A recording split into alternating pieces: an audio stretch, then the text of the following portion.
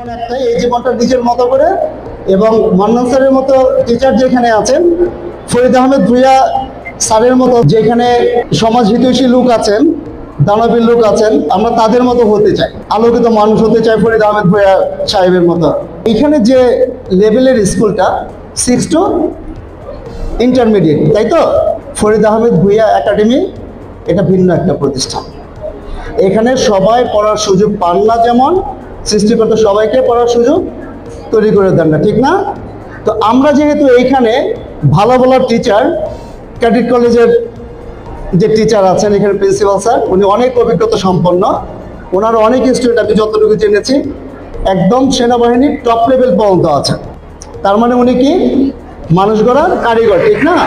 স্যারের প্রত্যক্ষ তত্ত্বাবধানে যদি সেনাবাহিনীর শীর্ষ পদ পর্যন্ত যেতে পারেন, তো আমরা যারা এখানে স্টুডেন্ট হিসেবে আছি, স্যারদের নির্দেশনায় আমরা যদি সঠিক পথে সঠিকভাবে পরিচালিত হই, নির্দিষ্ট সময়ে আমাদের কাজগুলি আমরা সম্পন্ন করে থাকি, তাহলে আমরা কেন যেতে পারবো না রাষ্ট্রের শীর্ষ পদে?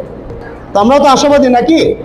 দেশকে তো কিছু দিতে হবে, রাষ্ট্রকে দিতে হবে না কিছু?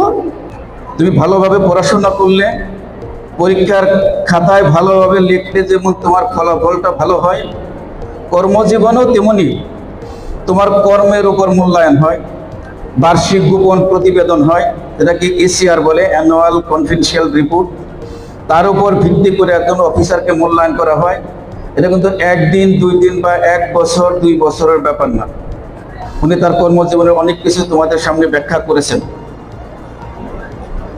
একটা জিনিস তোমাদের না বললেই নয়, তোমরা এটা জেনেছো, আমরা ছোটবেলায় পড়েছি, সেই আদিম যুগে মানুষ জীবজন্তুর হাত থেকে বাঁচার জন্য অস্ত্রের ব্যবহার শিখে। বর্তমান আধুনিক যুগে এসেও অস্ত্রের ব্যবহার হচ্ছে মানুষকে মারার জন্য, জীবজন্তুকে মারার জন্য হয়। এবং সেটা কি পর্যায়ে আমার থেকে তোমরা ভালো জানো। বর্তমান অবস্থায় কি হচ্ছে, সারা পৃথিবীতে আজ অস্থিরতা। এখান থেকে বাঁচার জন্য তোমাকে আমাকে সচেতন থাকতে হবে, সামাজিকভাবে এগিয়ে আসতে হবে, তাহলেই সম্ভব। কোনো ক্রমেই যেন আমরা পিছিয়ে না পড়ে আমাদের সামনের দিকে এগিয়ে যেতে হবে। তোমার দৃষ্টিভঙ্গি সামনের দিকে হতে হবে, কোনো ক্রমেই যেন তুমি পিছিয়ে না পড়ো। আমাদের প্রত্যাশা কিন্তু তোমাদেরকে নিয়ে সেরকম।